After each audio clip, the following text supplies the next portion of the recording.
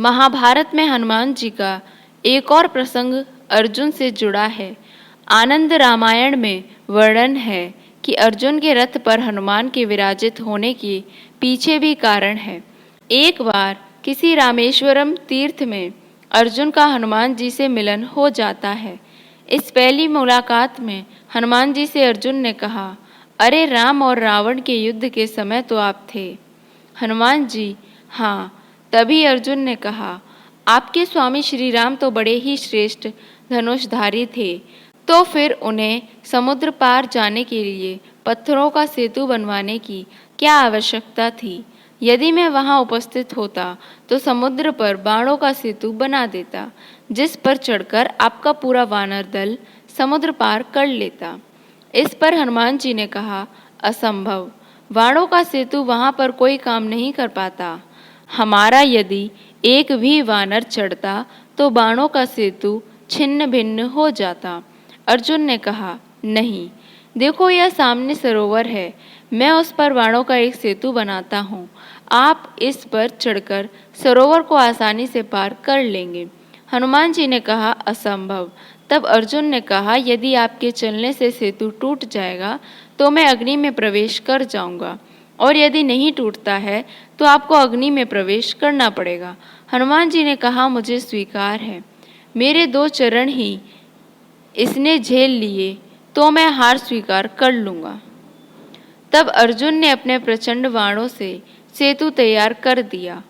जब तक सेतु बनकर तैयार नहीं हुआ तब तक तो हनुमान अपने लघु रूप में ही रहे, लेकिन जैसे ही सेतु तैयार हुआ हनुमान ने विराट रूप धारण कर लिया। हनुमान राम का स्मरण करते हुए उस बाणों के सेतु पर चढ़ गए। पहला पग रखते ही सेतु सारा का सारा डगमगाने लगा, दूसरा पैर रखते ही चरमराया, और तीसरा पैर रखते ही सरोवर के जल में खून ही खून हो गया। तभी श्री हनुमान जी सेतु से नीचे उतर आए और अर्जुन से कहा कि अग्नि तैयार करो। अग्नि प्रज्वलित हुई और जैसे ही हनुमान अग्नि में कूदने चले वैसे ही भगवान श्री कृष्ण प्रकट हो गए और बोले, ठहरो। तभी अर्जुन और हनुमान ने उन्हें प्रणाम किया। भगवान ने सारा प्रसंग जानने के बाद कहा, हे हनुमान, आपका तीसरा पग सेतु पर पड़ा। उस समय मैं कछुआ बनकर सेतु के नीचे लेटा हुआ था। आपकी शक्ति से आपके पैर रखते ही मेरे कछुआ रूप से रक्त निकल गया। यह सेतु टूट तो पहले ही पग में जाता, यदि मैं कछुआ रूप में नहीं होता तो। यह सुनकर हनुमान को काफी कष्ट हुआ और उन्होंने क्षमा मांगी। मैं तो बड़ा अपराधी निकला, आपकी पीठ पर मैंने पैर रख दिया, मेरा ये अपराध कैसे दूर होगा भगवान। तब कृष्ण ने कहा, ये सब मेरी इच्छा से हुआ है, आप मन खिन्न मत करो, और मेरी इच्छा है कि तुम अर्जुन की रथ की ध्वजा पर स्थान ग्रहण करो।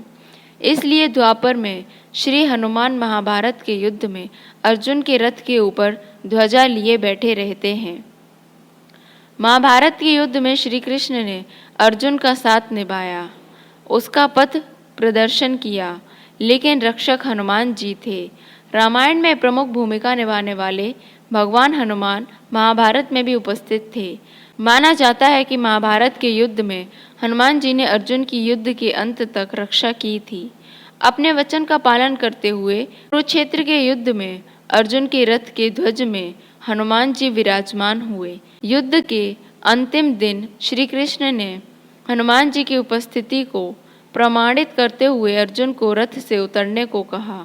उसके बाद श्री कृष्ण रथ से उतरे। श्री कृष्ण ने हनुमान जी को अर्जुन की रक्षा के लिए धन्यवाद दिया, और जैसे ही हनुमान जी रथ के ध्वज से निकले वैसे ही रथ में आग लग गई। इस वाक्य से आश्चर्यचकित अर्जुन को श्री कृष्ण ने बताया कि युद्ध में दिव्य अस्त्रों से उनकी रक्षा हनुमान जी कर रहे थे। इस तरह न केवल रामायण बल्कि महाभारत में भी हनुमान जी ने महत्वपूर्ण भूमिका निभाई है।